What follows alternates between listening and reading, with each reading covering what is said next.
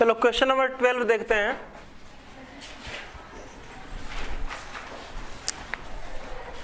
Statement है 5 धन पूर्णांकों में से 2 संख्याएं यादृच्छिक बिना प्रतिस्थापन चुनी गई। माना यक्स दोनों संख्याओं में से बड़ी संख्या को व्यक्त करता है। तो EX मतलब एक्सपेक्टेशन हमको ज्ञात करना है, मतलब मीन ज्ञात करना है। ये 5 धन पूर्णांक हैं 1 2 3 4 5। इसमें से कह रहा है कि 2 संख्याओं को बिना प्रतिस्थापन के चुना जाता है। तो हमसे कह रहा है कि बड़ी संख्या को यादृच्छिक चर लिए, तो पहले 2 संख्याओं को बिना प्रतिस्थापन के चुने, मतलब कि एक को 1 लिया तो 1 को अब इसमें शामिल नहीं करना है। 1 को ले लिया, उसके बाद या तो इसके साथ 2 हो सकता है, 3 या 4 या 5, यानी कि 1 के साथ 2 हो सकता है, 1 के साथ 2, 1 के साथ 3 हो सकता है, 1 के साथ 4 हो सकता है, 1 के साथ 5 हो सकता है। अच्छा, या हो सकता है कि हम पहले कौन ले लें, 2 ले लें।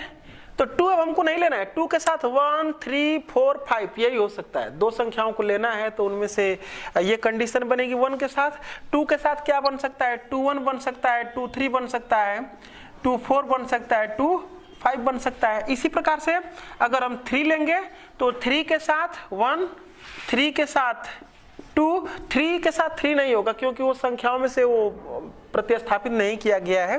तो 3 4 हो जाएगा और यहाँ पर 3 5 हो जाएगा।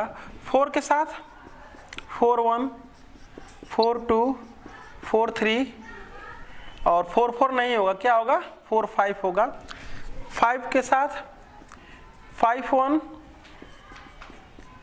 5 2 5 3 और क्या हो जाएगा, 5 4 हो जाएगा। तो यही सैंपल स्पेस बनेगा।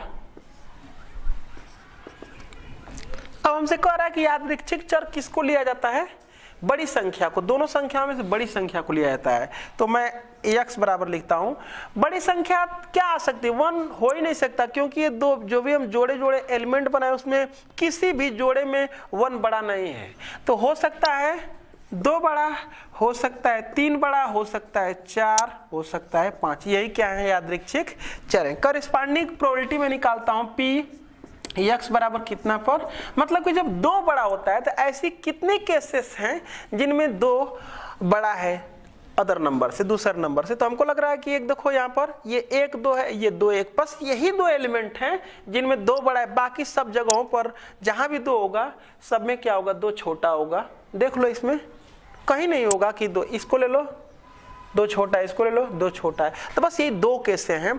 तो टोटल में से देखें तो ये कितने नंबर हैं, 2 नंबर हैं, मतलब कि 2 बड़े होने के अनुकूल अवसर 2 हैं और टोटल अवसर 20। देख लो ना, 4 4 4 4 ऐसे करके तो 20 तो हो जाएगा 2/20। और मैं समझाता हूं अभी, ये 2/20 बराबर कितना हो जाएगा, 1/10।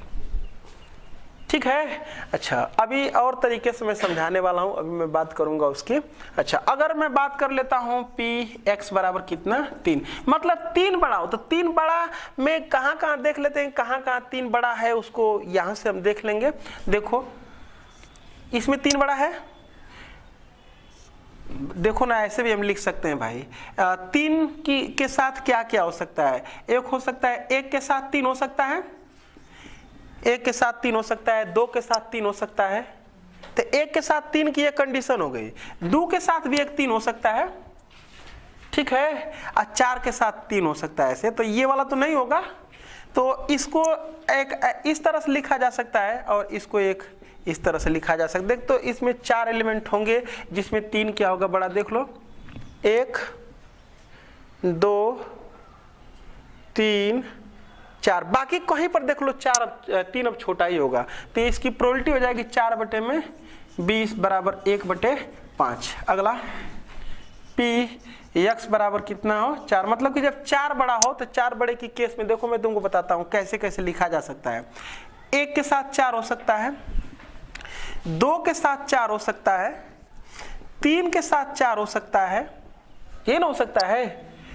अब 4 के साथ हो नहीं सकता, 5 के साथ होगा तो वो छोटा हो जाएगा। तो इसको अब ये हो सकता है 4-1 और ये हो सकता है 4-2 और ये हो सकता है 4-3। तो 6 टर्म इसमें देख लो होंगे ऐसे जिनमें 4 क्या होगा बड़ा। तो हो जाएगा 6/20 बराबर 2×3 6 दूदा में 20। एक और टर्म है बस 5, मतलब जब 5 बड़ा होगा तो x बराबर कितना ले लेते हैं 5। इसके करेस्पॉन्डिंग प्रोबेबिलिटी देखो, 1 के साथ 5 इसमें लिखे होंगे, 2 के साथ 5 होगा, 3 के साथ 5 होगा, 4 के साथ 5 होगा, 5 के साथ 5 होगा ही नहीं, देख लो 5 के साथ 5 हो ही नहीं सकता। अब इसको ऐसे लिखा जा सकता है 5-1, फिर इसको लिखा जाता है 5-2, इसी में होगा, और ये हो जाएगा 5-3 और ये हो जाएगा 5-4। तो टोटल कितने एलिमेंट हैं 8, तो 8/20, 8/20 तो बराबर 4 दूना के 8, 4×5 20। और भी तरीके से मैं समझ लेता हूं। देखो हम कहें कि इस प्रकार से जबकि विदाउट रिप्लेसमेंट निकाला गया तो प्रोबेबिलिटी आप क्यों जो है कि सबको कह लिए कि इस प्रकार से निकाल लिए, क्योंकि हो सकता है कि उन सब की प्रोबेबिलिटी अलग अलग हो। तो देख लेते हैं वैसे भी। तुम बताओ 1 की प्रायिकता, अरे 1 की प्रोबेबिलिटी अगर हम निकालें तो कितना हो जाएगा 1/, देख लो ना 1/5, क्योंकि इसमें 5 नंबर हैं, 5 में से हम कहें कि 1 की प्रोबेबिलिटी निकाल रहे हैं ना, तो 1 एक ही है और टोटल कितने हैं 5 नंबर हैं, तो 1/5। अब 1 को रखना नहीं है इसमें। अब उसके बाद क्या हम ले लेते हैं, अगर 2 ले लेते हैं तो 2 की प्रोबेबिलिटी कितनी हो जाएगी 4 में, अरे ये 1 में कितना हो जाएगा, ये बोल दो। नहीं भाई 2 है ना, 4 नंबर टोटल है ना। तो मैं ये कहता हूं कि 1-2 आता है, इस बात की प्रायिकता क्या है, तो इसी का क्या कर लेंगे गुणा कर लेंगे। 1-2 की बस मैं बात कर रहा हूं। तो देखो 1/20 आ रहा है ना इसकी प्रोबेबिलिटी, तो उसी प्रकार से इसकी भी 1/20, इसकी भी 1/20, सब 1/20 है। इसका मतलब कि जो मैं सैंपल स्पेस बना करके और इस प्रकार से जो मैं प्रायिकता निकाला हूं वो गलत नहीं है। इसकी प्रोबेबिलिटी 1/20, 1/20 सब 1/20 ही है। तो इसका मतलब कि वो समभावी सब घटनाएं हैं इसमें, जितने भी प्रदर्श बिंदु हैं, ठीक है। तो इस प्रकार से हम निकाल सकते हैं। इसमें अगर 3 एलिमेंट की प्रोबेबिलिटी निकालनी होगी तो 3/20 लिख सकते हैं, मतलब वो रूल अप्लाई कर सकते हैं। अब हमको क्या निकालना है, प्रोबेबिलिटी डिस्ट्रीब्यूशन। तो यहां पर लिखेंगे प्रोबेबिलिटी डिस्ट्रीब्यूशन में कितने x के मान हैं, ये x है और ये y है।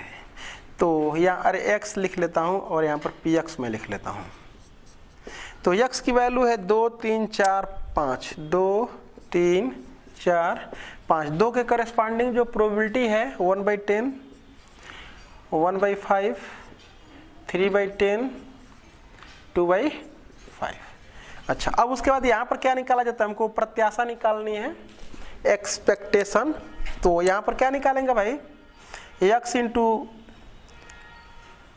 i इंटू पी आई में लिख देता हूँ ये, यानी कि इसका प्रोडक्ट तो हो जाएगा 2/10, यानी कि 1/5 हो जाएगा क्या, अरे मल्टीप्लाई करेंगे तो 2 × 1/10 का मतलब 1/5 ही ना होगा। इसका जब मल्टीप्लाई करेंगे तो 3/5 हो जाएगा, और इसका मल्टीप्लाई करेंगे तो ये 6/5 हो जाएगा। देखो 4 × 3/10, तो ये 2 2 जब 4 2 5 जा, तो ये 6/5 हो जाएगा। और इसको जब हम हल करेंगे तो चलो इसको मैं सबका हर सेम रहने के लिए मैं लिख लेता हूँ, ये 10/5 लिख लेता हूँ। जब मल्टीप्लाई करेंगे 2 × 2/5 तो ये हो जाएगा 10/5 में लिख देता हूँ, 10/5, क्योंकि सबका हर सेम रहेगा तो जोड़ने में आसानी होगी। अब लिख देंगे इसलिए Ex बराबर, इसलिए Ex मतलब जो यादृच्छिक चर हैं उनका मीन बराबर क्या लिख लेंगे, इन सभी का सम तो होता है 1/5 प्लस 3/5 प्लस 6/5 प्लस 10/5 बराबर 20/5। ये देखो 6 3 9 10 9 19, 20 में कितना हो जाएगा 5 बराबर 4, आंसर दे लेंगे। आगे बढ़ते हैं, क्वेश्चन नंबर 13 देखते हैं, पढ़ते हैं स्टेटमेंट। कर कक्षा 10 में 10 छात्र हैं जिनकी आयु 20 वर्ष, 17 वर्ष, 20 वर्ष, 18 वर्ष, 21 वर्ष, 16 वर्ष, 19 वर्ष, 20 वर्ष, 16 वर्ष और 20 वर्ष। एक छात्र को इस प्रकार चुना गया कि प्रत्येक छात्र के चुने जाने की संभावना समान है। मतलब कि कोई भी छात्र चुना जाता है उसकी संभावना समान, मतलब कि हम ऐसे निकाल सकते हैं, मान लो कि 17 वर्ष का छात्र चुना जाता है तो 17 वर्ष के छात्र कितने हैं वो, अब बटे में टोटल 20 और 10, ये उसके कहने का मतलब है। तो चुने जाने की संभावना समान है और चुने गए छात्र की आयु यक्स को लिखा गया। यादृच्छिक चर यक्स का प्रायिकता बंटन ज्ञात कीजिए। यक्स का माध्य प्रसरण मानक विचलन। तो पहले तो हमको प्रोबेबिलिटी डिस्ट्रीब्यूशन, फिर उसके बाद उसका एक्सपेक्टेशन मीन और एक वेरिएंस और फिर उसके बाद है मीन डेविएशन। तो देख लेते हैं, हाँ ठीक है, देख लेते हैं। तो यादृच्छिक चर को कह रहा है कि उनकी एज को लिखी जाती है। तो एज मैं लिखूंगा यहाँ पर, तो वो क्या क्या एज लिखूंगा। एज देखो 16 वर्ष, सबसे कम एज यही है ना, 16 वर्ष है, 17 वर्ष है, 18 वर्ष है, 19 वर्ष है और 20। इससे ज्यादा तो नहीं है ना, 21 भी है। 21 मतलब ये जो 10 के लड़के हैं, 10 लड़कों को लिया गया है, इन सब की एज को कह रहा है कि यादृच्छिक चर ले लीजिए। तो यादृच्छिक चर हम ले रहे हैं एज में क्या है, 16 वर्ष, 17, 18, 19, 20, 21 वर्ष के हैं। देखो 16 वर्ष के कितने हैं तो अब अभी मालूम चल जाएगा। 16 वर्ष के कितने हैं, 2 है ना, 1, 2। और 17 वर्ष के कितने हैं, 1, बस 1 ही है। और 18 वर्ष के 1 और 19 वर्ष के 1, 20 वर्ष के 1, 2, 3, 4 और 21 वर्ष का 1, बस ना, काउंट करो 10 होना चाहिए। 2, 3, 4, 5, 4, 9, 10 हो गया ना टोटल। तो अब प्रोबेबिलिटी में निकाल देता हूं पी एक्स बराबर कब, 16 पर, मतलब कि 16 वर्ष के छात्रों की प्रायिकता। तो 16 वर्ष के कितने बच्चे हैं, 2, तो ये 2 टोटल बच्चों की संख्या 10, तो ये हो जाएगा 2 बटे में 10 बराबर 1/5। पी एक्स बराबर हम 17 लिख लेते हैं। जब एक्स की वैल्यू 17 होगी तो 17 कितने, 1 ना, तो 1 बटे में 10। अच्छा, फिर उसके बाद पी एक्स बराबर 18 वर्ष का 1 ही है ना, तो 1 बटे में फिर 10 लिखेंगे। पी एक्स बराबर 19 वर्ष के कितने हैं, 1, तो 1 बटे में फिर 10 लिखेंगे। और पी एक्स बराबर कितना लिखेंगे, 20, तो इसकी प्रोबेबिलिटी 20 वर्ष के 4 है, तो 4 बटे में 10 लिख लेता हूँ। और 21 वर्ष का फिर 1 है, तो पी एक्स बराबर 21 पर 1 बटे में 10। अब मैं बना लेता हूँ प्रोबेबिलिटी डिस्ट्रीब्यूशन, प्रायिकता बंटन।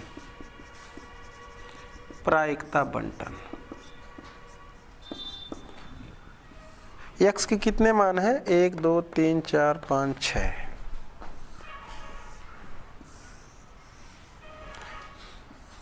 एक, 2, 3, 4, 5, 6, ये x है और ये क्या है, px। x की वैल्यू यही है 16, 17, 18, 19, 20, 21। इसके करस्पॉन्डिंग प्रोबेबिलिटी है 1, इसको 2/10 ही रहने देते हैं, चाहे चलो कोई बात नहीं, काट लेते हैं। 1/5, 1/10, 1/10, 1/10 और ये 2/5 और ये 1/10। ये प्रोबेबिलिटी डिस्ट्रीब्यूशन एक आंसर हो जाएगा। अब उसके बाद हमको जो भी पूछ रहा है उसके लिए एक अलग से टेबल बनाएंगे। मैं यहाँ पर लिखता हूँ नाउ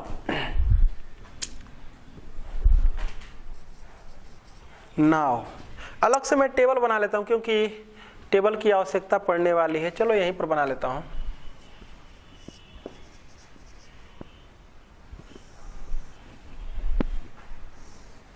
यहाँ पर मैं लिखूंगा x और यहाँ पर लिखूंगा px। क्यों मैं बताता हूँ कि टेबल में क्या क्या रहेगा, क्योंकि एक्सपेक्टेशन के लिए फार्मूला जो होता है ex बराबर वो होता है समेशन ऑफ i बराबर 1 to n p i into x i. तो इसका मल्टीप्लाई कर लेंगे तो काम चल जाएगा। यहाँ पर ये हमारा जो अगला कॉलम होगा वो होगा पी आई इंटू एक्स आई, इसे कॉलम से काम चल जाएगा। उसके बाद हमको मीन भी अरे ये मीन हो गया, वेरिएंस भी हमको निकालना है। तो वेरिएंस ऑफ एक्स बराबर क्या होता है, समेशन ऑफ i बराबर 1 to n p i x i का स्क्वायर माइनस एक्स का बार। और नहीं तो लिख सकते हैं कि ये जो भी है यहाँ पर एक्स के बार का स्क्वायर, यही फार्मूला होता है। ठीक है। और जब हम निकालेंगे डेविएशन मानक विचलन तो बस इसी का क्या हो जाता है, स्क्वायर रूट हो जाता है। तो पहले हमको देखो, मैं इसलिए बना लिया हूँ कि जो हमको आवश्यकता पड़ने वाली है वो किस किस चीज़ की है, इसलिए यहाँ पर टेबल हम बना लेंगे तो हमारा वो काम हो जाएगा। तो देखो ये यहाँ से तो मीन निकल गया। अब उसके बाद एक और फार्मूला इसका हम बताए हैं, वो फार्मूला है समेशन ऑफ i बराबर 1 to n और यहाँ पर लिख देंगे पी आई और यहाँ पर होता है एक्स आई माइनस एक्स बार का होल स्क्वायर। कुछ इस प्रकार से होता है। तो देखो जैसी आवश्यकता एक्स आई माइनस एक्स बार निकालना पड़ेगा, एक्स बार को निकाल करके सब में घटाना पड़ेगा, तो उससे बढ़िया हम यही निकाल लेते हैं P i into x i का स्क्वायर। तो यहाँ पर एक्स आई है ये है, उसका स्क्वायर निकाल लेंगे। यहाँ पर मैं लिख लेता हूँ एक्स आई का स्क्वायर और पी आई, यही पी आई है, इसी को हम पी आई कह सकते हैं ये। ठीक है। तो पी आई और एक्स आई का स्क्वायर मल्टीप्लाई कर लेते आ जाएगा और एक्स बार हम निकाल ही लेंगे। तो बस एक स्टेप यही बढ़ा लेते हैं और बाकी सब हमारा काम चल जाएगा।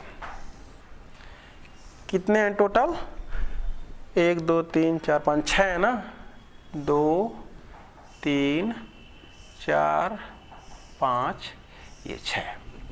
तो ये x की जो वैल्यू इसको मैं लिख लेता हूँ, ये 16 17 18 19 20 और ये 21।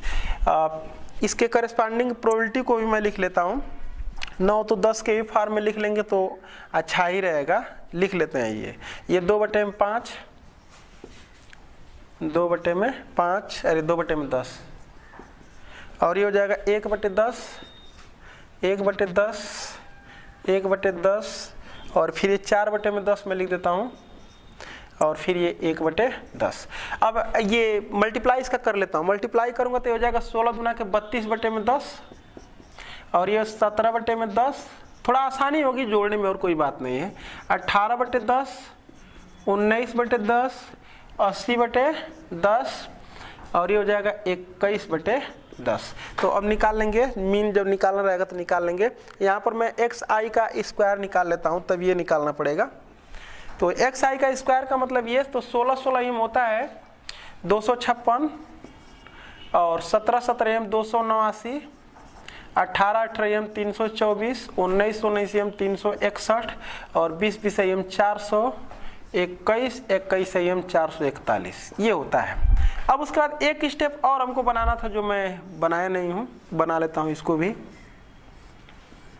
वो क्या है, P i into x i का स्क्वायर, ये पोर्शन। तो ये देखो ये पी आई है और ये एक्स आई है, तो इस पी आई में एक्स आई का जब मल्टीप्लाई करेंगे तो हो जाएगा 256 दूना के 512/10। मल्टीप्लाई इसका कर रहे हैं इन दोनों का। देखो ये पी आई और ये एक्स आई का स्क्वायर, तो 256 दूना के 512/10, 289/10, 324/10, 361/10, 1600/10 और ये हो जाएगा 441/10। तो अब सब कुछ हम निकाल लेंगे। थोड़ा सा इधर का इरेज कर लेते हैं।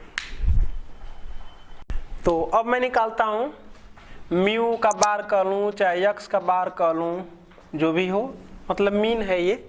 तो मीन तो यही है, समेशन ऑफ आई बराबर जो 1 to n होता है, तो इसमें 5-6 पद हैं, तो लिख सकते हैं आई बराबर 1 से लेकर के 6 तक लिख सकते हैं। और यहाँ पर लिख देंगे P i into x i. तो बस क्या है ना कि वो P i into x i का जितना समेशन है बस उसी को हमको ऐड कर देना है। तो ऐड कर लेते हैं इसको। कितना है ये 32/10 प्लस 17/10 प्लस 18/10 प्लस 19/10 और प्लस 80/10 प्लस 21/10 बराबर जोड़ लो 1 9 10 8 18 18 2 20 5 25 26 27 2 2 4 8 4 12 1 13 1 14 1 15 3 18 187/10 बराबर 18.7। एक आंसर ये हो जाएगा मीन के लिए।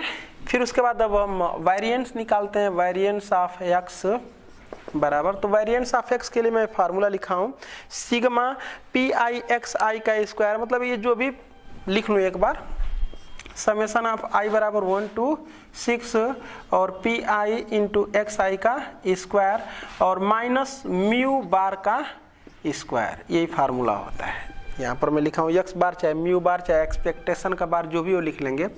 तो पहले तो इन सबको जोड़ लेते हैं, इन सबको डायरेक्टली मैं जोड़ता हूँ, यहीं पर जोड़ ले रहा हूँ। यही है पी आई इंटू एक्स आई के सबका सम।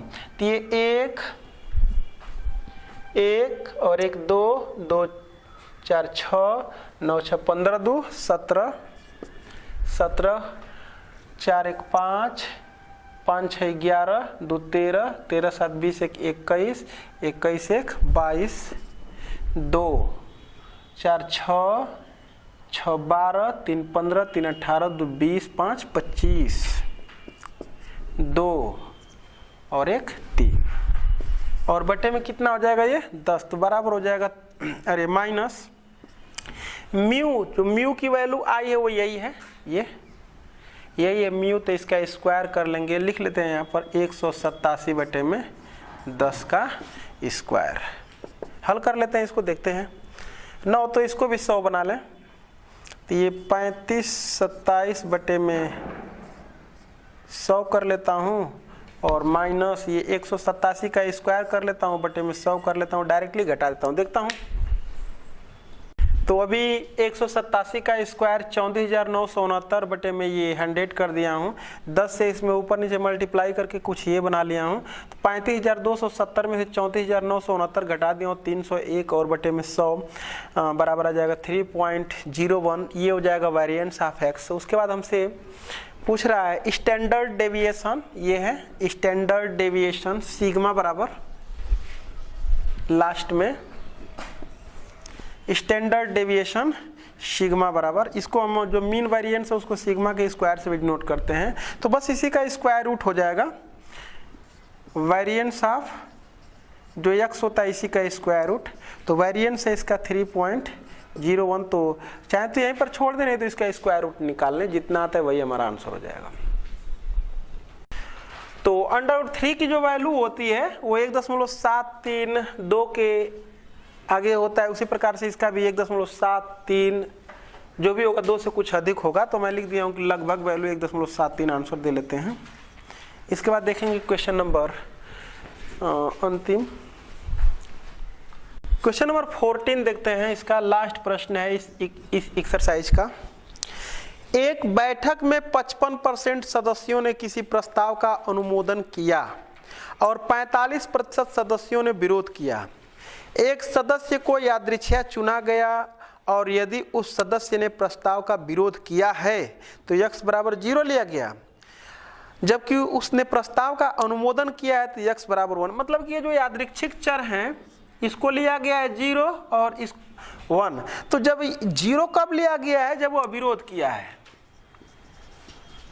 जब वो प्रस्ताव का विरोध किया, मतलब प्रस्ताव नहीं माना है, तब x बराबर क्या ले लिया गया 0। और जब प्रस्ताव को मान लिया है, अनुमोदन उसका किया है, तो x की वैल्यू कितनी ले ली गई है 1। तो पूछ क्या रहा है, जबकि उस प्रस्ताव का अनुमोदन किया तो x बराबर 1 लिया गया। एक्सपेक्टेशन वेरिएंस ऑफ x, दो चीज हमको ज्ञात करनी है। तो देखो जरा सा ध्यान से, प्रोबेबिलिटी ऑफ x बराबर 0, वो जो व्यक्ति है विरोध करता है उसकी प्रायिकता देखो शुरू में लिखा, एक बैठक में 55% सदस्यों ने किसी प्रस्ताव का अनुमोदन किया, यानी कि जो अनुमोदन के करस्पॉन्डिंग प्रोबेबिलिटी है वो 55/100 और 45% सदस्यों ने क्या किया, विरोध किया। तो इसके करस्पॉन्डिंग हो जाएगी प्रोबेबिलिटी 45/100 और इसके करस्पॉन्डिंग प्रोबेबिलिटी हो जाएगी 55/100। तो हमसे पूछ रहा है EX और वेरिएंस ऑफ X। तो इसके लिए टेबल बना लेते हैं, ज्यादा लंबे नहीं हैं। यहां पर तो हमारा X हो जाएगा, यहां पर PX हो जाएगा जिसको हम PI भी कहते हैं ये, और फिर उसका जरूरत किसकी पड़ती है, PI XI, ये इसी को हम PI भी कहते हैं भाई, कंफ्यूजन ना रहे। अच्छा ये हो गया। फिर उसके बाद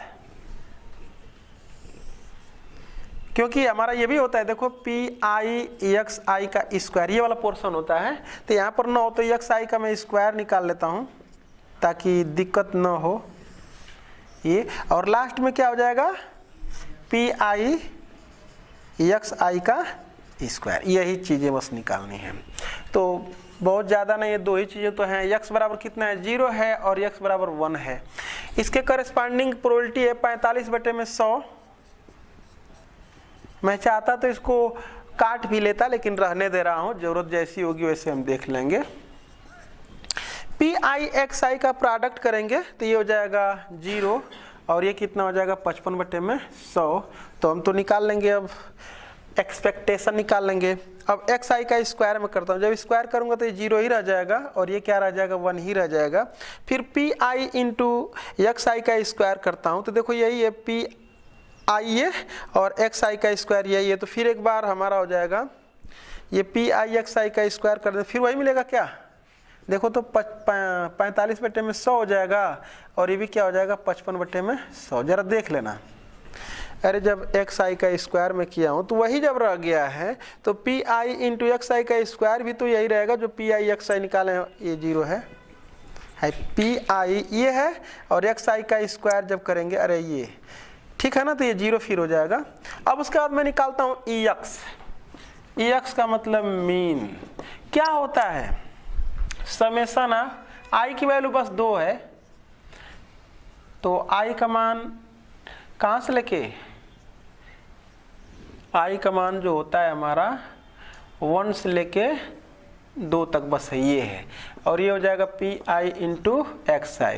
तो इसको देख लो PI इंटू XI बस 2 ही चीज़ें हैं, तो 0 प्लस 55/100 तो बराबर हो जाएगा 55/100। हल कर लेंगे थोड़ा सा इसको, 5 और ये 20, एक आंसर ये हो जाएगा।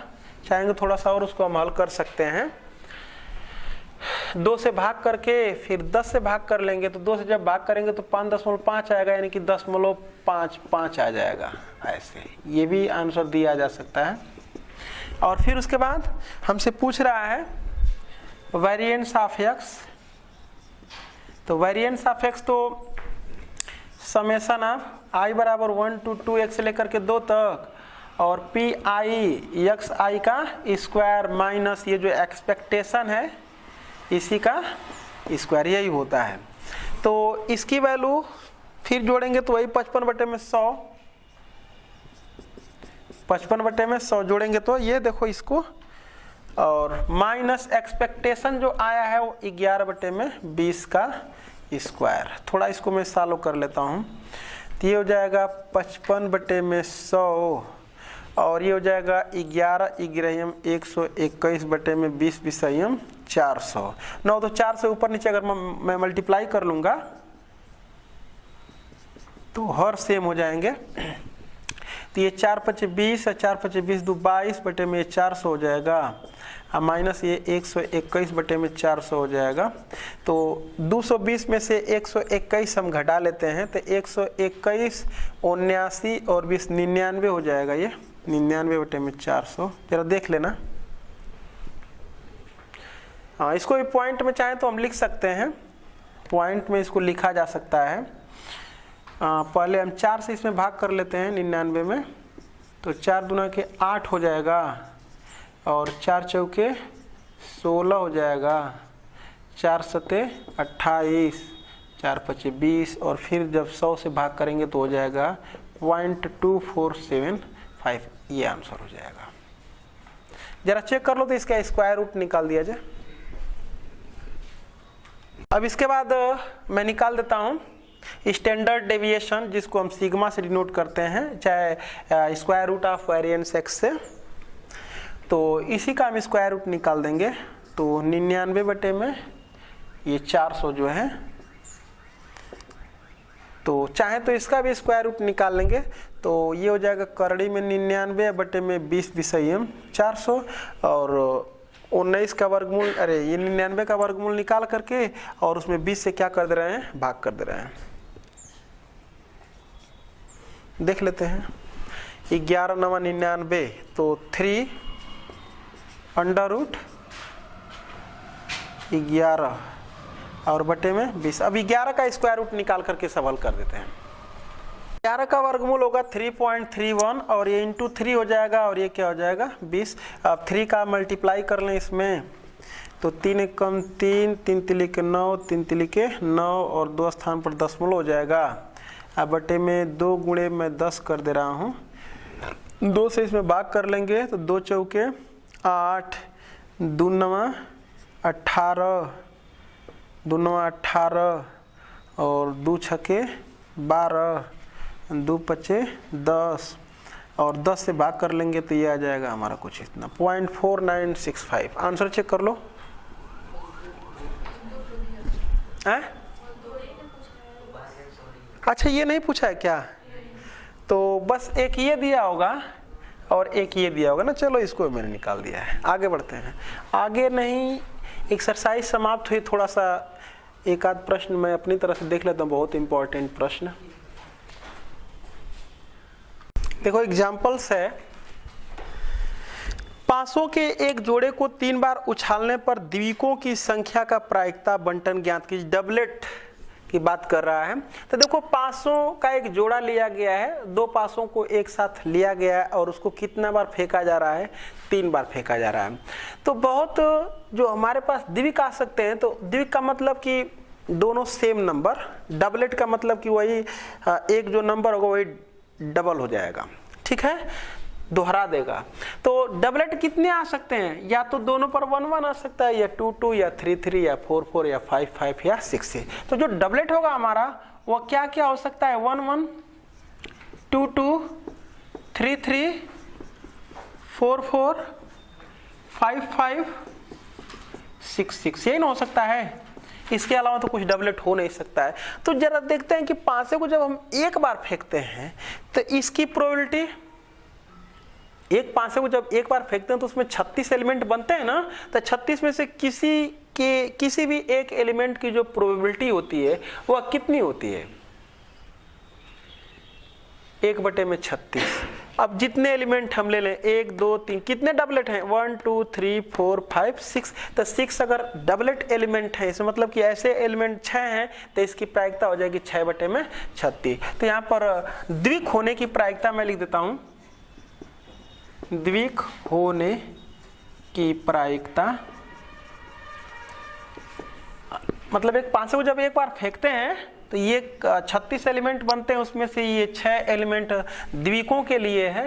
तो द्विक होने की जो प्रायिकता हमारी हो जाएगी वह कितनी हो जाएगी, 6/36, 6/36 बराबर 1/6। तो द्विक न होने की प्रायिकता, बाकी जो भी नंबर होंगे अब वो द्विक नहीं होंगे, तो हो जाएगा 6 घटा देंगे 30/36 और 30/36 को हल कर लें या इसी को 1 में से घटा दें, तो लिख देंगे कि द्विक न होने की प्रायिकता, द्विक न होने की प्रायिकता बराबर 1 - 1/6 कहें चाहे 5/6 कहें, ठीक है। अब उसके बाद हम बात कर लेते हैं कि या तो हो सकता है 3 बार उछाला गया है, तो हो सकता है कि एक भी बार द्विक न, अरे भाई ऐसा भी तो पॉसिबल है कि हम 3 1 ला दिए तो ये द्विक नहीं है। तो जो यादृच्छिक चर हमारे हो सकते हैं, जो यक्स होता है, वो एक भी बार चर न आए, चाहिए हो एक भी बार द्विक न आए, चाहिए हो सकता है कि एक बार द्विक आ जाए। एक बार द्विक का मतलब ये कि 3 बार फेंकेंगे तो हो सकता है कि एक बार 6 आ गया और दूसरी बार में 3 1 और तीसरी बार में 5 1। तो एक बार अगर होगा द्विक तो उसको हम 1 से डिनोट कर देते हैं। चाहिए हो सकता है 3 बार फेंका गया है तो उसमें से 2 बार भी द्विक आ सकता है। चाहिए हो सकता है कि तीनों बार द्विक आ जाए, यही कंडीशन चलेगी ना। तो इसके करस्पॉन्डिंग अब हमको क्या निकालनी पड़ेगी, प्रोबेबिलिटी। तो मैं यहाँ पर लिखता हूँ P x बराबर 0। जब x 0 होगा तो मतलब क्या, एक भी द्विक नहीं आता है। 3 बार फेंका जाता है, 3 बार में से एक भी बार द्विक नहीं आता है तो उसकी प्रायिकता, तो द्विक न होने की प्रायिकता है 5/6। तो 3 बार उसको मल्टीप्लाई कर देंगे तो ये हो जाएगा बराबर 125/6 6 के 36 छक्का 216। अब एक बार द्विक आता है, तो अब एक बार द्विक जब आएगा तो वो कितने स्थान पर हो सकता है कि पहली बार द्विक आ जाए, या हो सकता है कि दूसरी बार द्विक आ जाए, चाहे हो सकता है कि तीसरी बार। तो 3 केसेस बनेंगी। तो टोटल 3 बार फेंका गया है, उसमें से एक बार द्विक आता है। ये कितने जगह पर होगा, तो 3C1 टाइम्स। तो इसमें 3C1 का हमको क्या करना पड़ेगा, मल्टीप्लाई करना पड़ेगा। वही 3C1 का मान 3 होगा। तो बस एक बार द्विक आता है और 2 बार द्विक नहीं आते हैं। तो एक बार जब द्विक आ जाएगा तो इसकी प्रोबेबिलिटी 1/6 इंटू, और 2 बार नहीं आएंगे तो 5/6 और उसमें 3C1 से मल्टीप्लाई इसलिए कर देंगे कि ये केसेस कितनी बार होंगी, 3 बार होंगी। तो ये 5 × 5 = 25 × 75 और बटे में 216। देखो ना, 6 6 के 36 छक्का 216, 3 होगा। आगे जब x बराबर कितना हो 2, मतलब कि 2 द्विक आते हैं। तो जब 2 द्विक आते हैं तो इसका मतलब कि 1/6 इंटू 1/6 और एक द्विक नहीं आता है तो 5/6। अब 3 में से 2 बार द्विक आएंगे तो इसमें किसका मल्टीप्लाई करना पड़ेगा, 3C2 का, क्योंकि 3C2 जगहों पर ऐसी केसेस होंगी। तो ये हो जाएगा 3C2 का मतलब 3C1 और 3C1 का मतलब 3, तो 5 3 15 बटे में 216। कटने के लिए कटेगा लेकिन मैं काट नहीं रहा हूं। ठीक है, देखते हैं कटेगा, नहीं कटेगा, नहीं कटेगा, नहीं 3 से तो कट गया होता, रहने देते हैं। P x बराबर, जब x बराबर 3 होगा तो वो तीनों बार क्या कर रहा है, तीनों बार द्विक आता है। और तीनों बार जब द्विक आएगा तो 3C3 का मतलब 1, और नहीं तो नहीं भी लिखेंगे तो भी चलेगा। 3C3 और तीनों बार द्विक आएंगे तो 1/6 इंटू 1/6 इंटू 1/6 बराबर 1/216। अब यहाँ पर लिख देंगे प्रायिकता बंटन, प्रोबेबिलिटी डिस्ट्रीब्यूशन, प्रायिकता बंटन। यहाँ पर क्या लिखेंगे, x, और x में है 0 1 2 3, और यहाँ पर लिखेंगे px। तो px है 0 पर कितना है वो 125 बटे में 216, और ये है 75 बटे में 216, और 15 बटे में 216, और 1 बटे में 216। यही हमारा प्रोबेबिलिटी डिस्ट्रीब्यूशन हो जाएगा। आंसर दे लेंगे। एक और सवाल बस देख लेते हैं।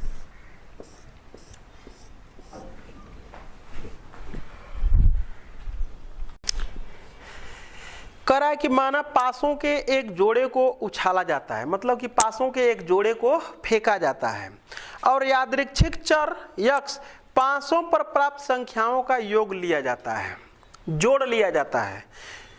तो x का माध्य तथा प्रत्याशा ज्ञात कीजिए। समझते हैं कि जब पासों के एक जोड़े को हम फेंकेंगे तो जो यादृच्छिक चर हमारा होगा, जो x होगा, वह क्या क्या आ सकता है। तो बहुत कम योगफल तो 2 आएगा और अधिक से अधिक 12 आएगा। तो ये केसेस होंगे 2 3 4 5 6 7 8 9 10 11 12, यही चलेंगे। अब इनके करस्पॉन्डिंग हमको क्या निकालना है, प्रोबेबिलिटी निकालना है। तो मैं तुमको समझाता हूं, देख लो। यहां पर जो ये सम है उसको मैं लिखता हूं। ये है 2, टोटल कितने हैं 3 3 6 3 9 2 11। तो 11 में से 5 इधर 5 उधर में कर लेता हूं, यहां पर हो जाएगा 7, और ये 2 3 4 5। यहाँ भी कर लेता हूँ 1 2 3 4 5। देखो मैं बताता हूँ, ये मैं इसलिए बनाया हूँ कि तुम सैंपल स्पेस इसका बनाओगे, 36 एलिमेंट उसमें होंगे, और उसके बाद तुम क्या करोगे कि उसमें एलिमेंटों को देख लें कि हम कितने एलिमेंट में दोनों को जोड़ने पर, जैसे मान लो कि ये ऐसे ही एलिमेंट बनेंगे, हमारा 1 1 होगा, 1 2 होगा, 1 3 होगा, ऐसे। तो दो जो ये सम आ रहा है, ये सम है, जो इसको मैं सर्कल में बना रहा हूँ, ये सम है, ये सम है ये। तो जो दो योग होगा वो कितने जगह पर होगा, तो बस 1 + 1 = 2 ही होता है, और कहीं 2 मिलेगा ही नहीं। तो इसकी प्रोबेबिलिटी हो जाएगी कितनी, 1/36। मैं चाहे पूछूं कि ऐसे कितने नंबर हैं जिनका सम 2 होगा, तो बस वो एक ही नंबर है, ये 1 1 वाला। तो इसके जो मैं नीचे लिखा हूं ये, वो मतलब कि सम 2 आता है, वो कितना नंबर होगा, तो 1 नंबर बस होगा। सम 3 आता है, वो कितने नंबर होंगे, 2 नंबर। कौन कौन होंगे, देखो ना, 1 1 2 जोड़ने पर 3 आएगा, और 1 2 1 जोड़ने पर 3 आएगा। बाकी कोई नंबर ही नहीं जिसको हम जोड़ दें कि वो क्या मिल जाए, 3 मिल जाए। तो जो 3 है, जो सम 3 आता है, वो कितने जगह पर होंगे, 2 जगह पर होंगे। उसी प्रकार सम 4 3 जगह पर, सम 5 4 जगह पर होंगे। मतलब ऐसे 4 एलिमेंट होंगे जिनको जोड़ने पर कितना आएगा, 4 आएगा। जो सम 6 आता है वो 5 जगह, सम 7 आता है 6 जगह। अब उसी को घटते हुए क्रम में एक बार 1 2 3 4 5 6 तक लिख लें, और उसके बाद 6 से लेकर 5 4 3 2 1 लिख लें। तो 8 जो सम होगा वो 5 बार, जो 9 सम होगा वो 4 बार, जो सम 10 होगा वो 3 बार उसमें लिखा गया होगा, और जो सम 11 होगा वो 2 बार होगा, जो सम 12 होगा 1 बार। बस क्या क्या 6 6 आता है। तो अब तो इसकी प्रोबेबिलिटी हम आसानी से लिख सकते हैं। यहाँ पर हम लिख देंगे p x बराबर कितना, 2। तो जब हम लिखेंगे 2 तो एक ही बस एलिमेंट है ना, तो 1/36। अच्छा, सम लिखेंगे px बराबर कितना, 3। जब 3 लिखेंगे तो कितना, 2/36, तो हो जाएगा 2/36। बोल दो x बराबर 4 पर 3/36, देख लो 3/36। और फिर उसके बाद x बराबर कितना पर, 5 पर, कितना हो जाएगा, 4/36। x बराबर कितना पर, 6 पर, 5/36। और x बराबर 7 पर, बोल दो 6/36। और फिर एक बार यहाँ से लिख देता हूँ x बराबर 8 पर 5। अब घटते हुए क्रम में चलेंगे ना, देख लो तो 5/36। x बराबर कितना पर, 9 पर, 4/36। और x बराबर कितना पर, 10 पर, 3/36। और x बराबर कितना पर, 11 पर, 2/36। और x बराबर 12 पर, 1/36। देखो मैं यादृच्छिक चर उसके करेस्पॉन्डिंग प्रोबेबिलिटी निकाल लिया। अब हमसे जो भी पूछेगा हम निकाल देंगे। क्या क्या चीजें इसमें पूछ रहा है, माध्य और माध्य, x का माध्य या प्रत्याशा, बस वही क्या पूछ रहा है, मीन हमसे पूछ रहा है। तो मीन अगर पूछ रहा है तो अब इसको मैं मिटा लेता हूं। मीन निकालने के लिए क्या करेंगे, xi pi निकाल देंगे। तो xi pi निकालने के लिए तो अब तो तुम सब समझ चुके हो, कर सकते हो इसको। यहाँ पर अगर मैं टेबल बनाऊंगा तो यहाँ पर लिखूंगा x और यहाँ पर लिखूंगा px। तो x की वैल्यू है भाई 2 3 4 5 6 7 8 9 10 11 और 12। इसके करेस्पॉन्डिंग जो प्रोबेबिलिटी है 1/36, 2/36, 3/36, 4/36, 5/36, 6/36, 5/36, 4/36, 3/36 और 2/36 और ये 1/36। तो ये प्रोबेबिलिटी डिस्ट्रीब्यूशन हमारा हो गया। अब यहीं से हम निकाल सकते हैं PI इंटू XI। मैं यहाँ पर निकाल देता हूँ PI इंटू XI। तो PI इंटू XI निकालेंगे तो कितना हो जाएगा, देखो मल्टीप्लाई कर लें इसका।